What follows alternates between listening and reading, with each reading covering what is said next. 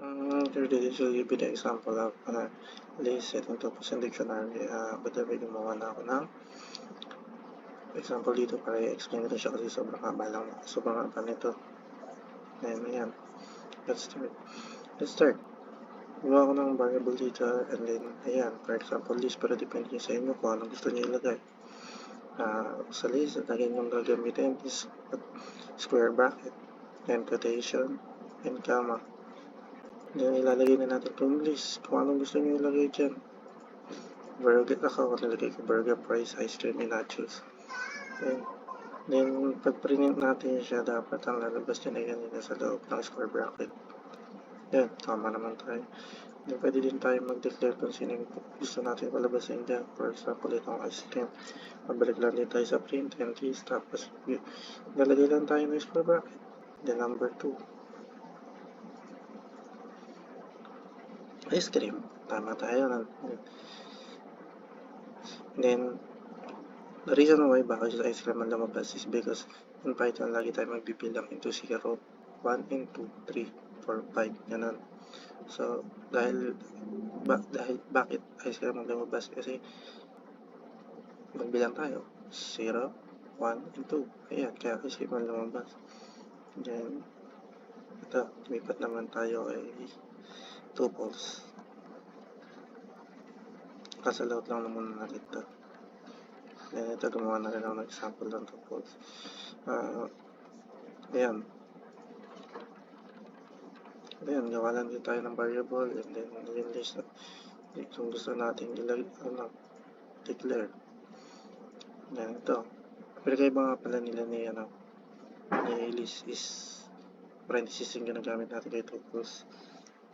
And then, try natin yung i-print. Dapat ang expected natin lalabas din sa loob ng parenthesis.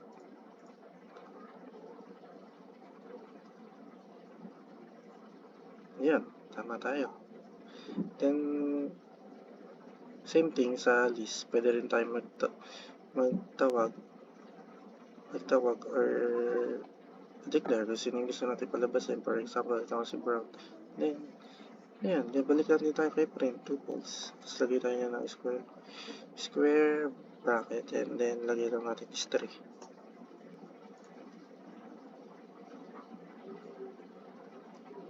Ayan, si Brown ang lumabas. Then,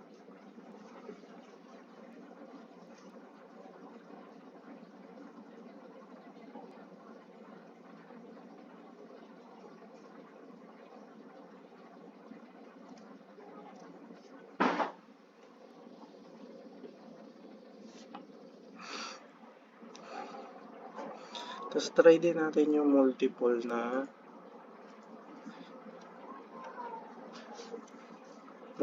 ganun. 1, 0, 1, 2, 3. Ayan, ito. Gumawa na ako.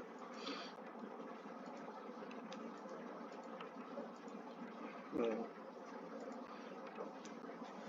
And then, let's try kung ano nilabas. Ayan. Diba? Ganun din ang lumabas. And then, pwede rin pala extra tips and information. Then, pwede rin pala tayo mag-set ng kay tuples ng para range. So, ayun. So, yun mag-dedicate kung ano hanggang saan di-display or bilangin niya. So, pwede tayo maglagay dito ng colon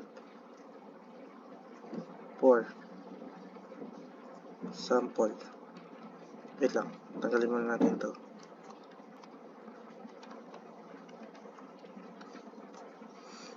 Ito.